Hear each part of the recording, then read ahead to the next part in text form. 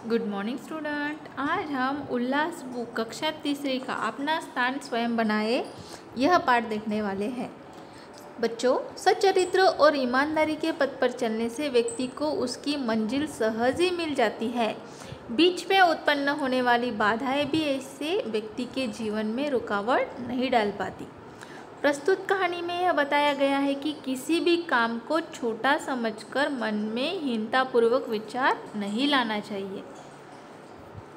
समय के अनुसार कुछ भी करना पड़ सकता है, लेकिन ईमानदारी और सच्चाई के साथ अगर आप कोई काम करते हो तो एक ना एक दिन आप आपका स्थान स्वयं बना लेते हो और समाज में भी सम्मान प्राप्त कर सकते हो।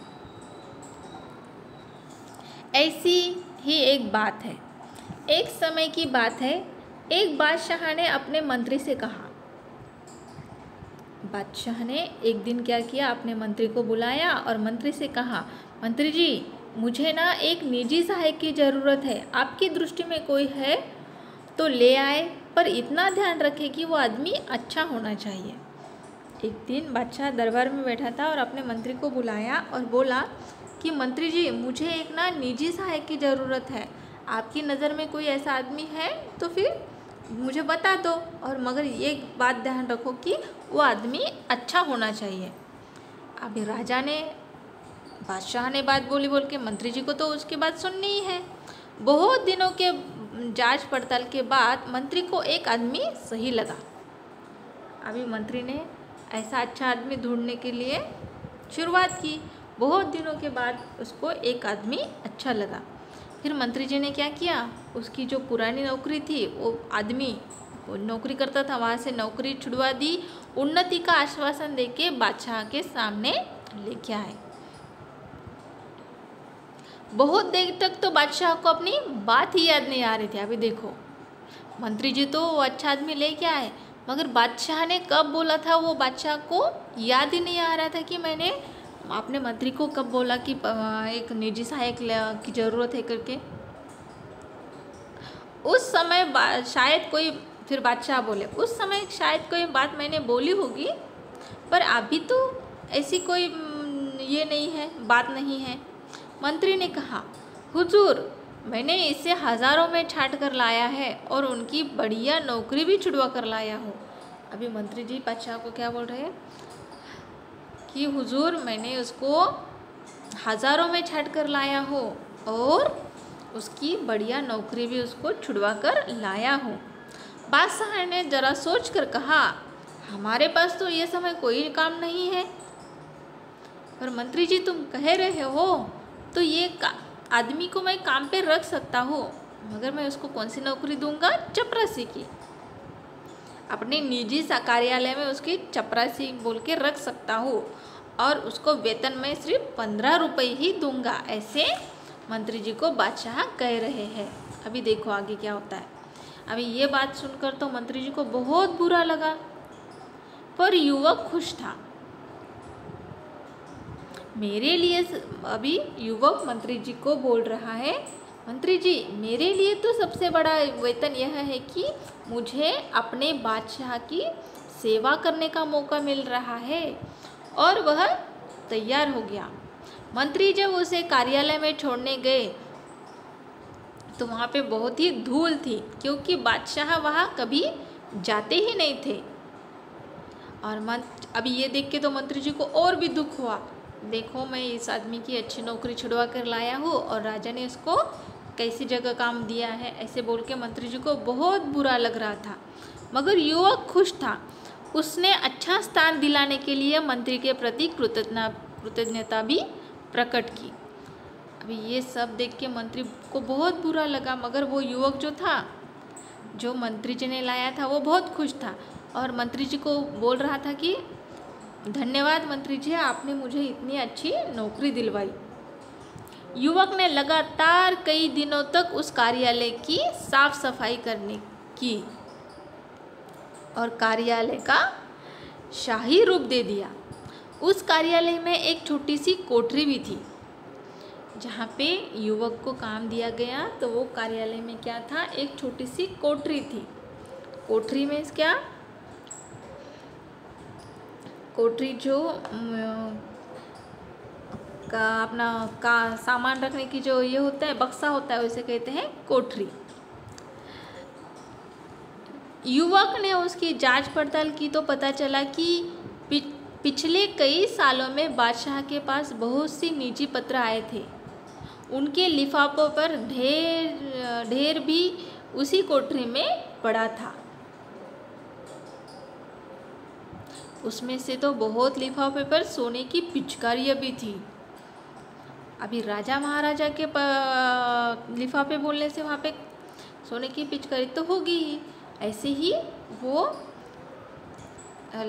लिफाफे पे सोने की पिचकारियाँ भी थी और रत्न जड़े वाले थे। और ये लिफाफे किसके थे? विवाह आदि के थे। शुभ अवसरों पर दूसरे बादशाह और अमीर उमराव के यहाँ से आए थे। युवक ने कारागिर लगाकर सब कीमती सामान लिफाफे से उतरा दिया। अभी इतने बहुत सारे लिफाफे और उस पर क्या थे? सोने की पिचकारियाँ, रत्न जड़े वाले थे। युवक ने फिर क्या किया? एक कारागिर लगा दिया और उसमें से पूरे जो रत्न है, सोने की पिचकारी है, लिफाफे से निकाल दी और बाजार में बेच दिया। बिक्री से आई रकम में से कुछ रुपए तो उसने बढ़िया फर्नीचर और चित्र आदि लगाने में खर्च कर दिए। अभी जब वो लिफाफे के लगे वाले पिचकारियाँ और रत्न थे, उसने क्या किया? पहले बाजार में उसको बेच दिया और बाजार में बेचने के बाद उसके जो भी पैसे आए तो वो पैसे से उसने अपने कार्यालय के लिए फर्नीचर और चित्र आदि के लिए कुछ पैसे खर्च किए और बाकी जो पैसे बचते हैं वो शाही खजाने में जमा करवा दिए। और उसने एक बात क्या की पता है? उसने जहाँ से वो फर्नीचर खरीदा था वहाँ से भी रिसिप्ट ली और जहाँ पे उसने रत्न सोने की पिचकारियाँ बेची थी वहाँ से भी रिसिप्ट ली। जब वह स्थान सचमुच शाही हो गया था, अभी वो स्थान तो जो कार्यालय था वो बहुत ही आलीशान लग रहा था, बहुत ही अच्छा लग रहा था। यह सब देखकर चुगलखोर मीन्स क्या? वही काम करने वाले, राजा के दरबार में काम करने वाले कुछ लोग यह देखकर बादशाह को बोलने लगे, बादशाह देखो, आपने जो नया आदमी काम पे रखा है ना, वह सब आपके पैसे लुटा रहा है। ऐसे कर बादशाह को चुगली करने लगे। एक दिन बादशाह गुस्से में भरे हुए आए और देखकर दंग रह गए। फिर उन्होंने तेज आवाज़ से पूछा, अभी बादशाह वो युवक को पूछने के लिए आए कि तुमने इतने सारे पैसे कहाँ से लाए, कहाँ से खर्च किए। ऐसे गुस्से से बोलने के लिए वो कार्यालय में आए। जब वो कार्यालय में आए तो दंग रह गए और फिर उन्होंने तेज आवाज़ में पूछा, तुमने यह सजावट किससे रुपए से की है? इतने सारे रुपए तुमने कहाँ से लाए हैं? यही के रुपए से हुजूर, कहकर उसने रद्दी लिफाफे की कहानियाँ सुनवा दी। अभी वो युवक बादशाह को बोल रहा है कि यही के रुपए से मैंने ये सब सामान खरीदा, इतनी सारी सजावट की है। और फिर वो आदमी ने बादशाह को लिफाफे के बारे में कहानी सुना दी। खजानची से गवाही ली कि सामान खरीदने के बाद बचा हुआ रुपया शाही खजाने में उसने जमा किया था। बादशाह तब बहुत खुश हुए और उन्होंने उस युवक को अपने राज्य का वित्त मंत्री बना दिया। अभी जब बादशाह को सच्चाई पता चली कि युवक ने अच्छा काम किया बोल के, फिर बादशाह बहुत खुश हुए और उन्होंने क्या किया? वो युवक को वित्त मंत्री बना दिया। दूसरे मंत्री इससे परेशान हुए क्योंकि वह बेईमानी करता था। वह न बेईमानी करता था न कि करने देता था। जो भी मंत्री बादशाह के पास जाता, किसी न किसी बहाने उस युवक की शिकायत ही करते थे। अभी बादशाह ने वो युवक को वित्त मंत्री बनाने से दूसरे लोग तो जलने लगे, उनको बुरा लगा और फिर बाद में क्या करने लगे लोग, वो जब बादशाह के पास जाते थे वो युवक के बारे में बुरी बुरी बातें बोलते थे। एक रात 2 बजे बादशाह ने अपने सेनापति को बुलाया। देखो फिर से एक दिन क्या किया बादशाह ने, एक रात 2 बजे राजा ने अपने सेनापति को बुलाया और कहा, हमारे सब मंत्रियों को उनके घरों से उठाकर इस कमरे में ले आओ। अभी रात के 2 बजे मंत्री जी को बादशाह ने कहा कि हमारे जितने भी मंत्री हैं उनको सबको उठाकर मेरे पास ये कमरे में ले आओ। हाँ, और वो जिस हालत में है उसी हालत में लाए। समझ लो, हमारे हुक्म को अगर कोई पलंग पर सो रहा है तो उसे पलंग सहित उठा कर ले आओ, जो का त्यों ले आओ। कोई कालीन पर बैठा है तो चौपाड़ खेल रहा है तो उसे भी कालीन के समेत ले आओ। ऐसे बादशाह ने मंत्री जी को बोला। कई 1 घंटे के बाद सब मंत्री बादशाह के कमरे में जमा हो गए।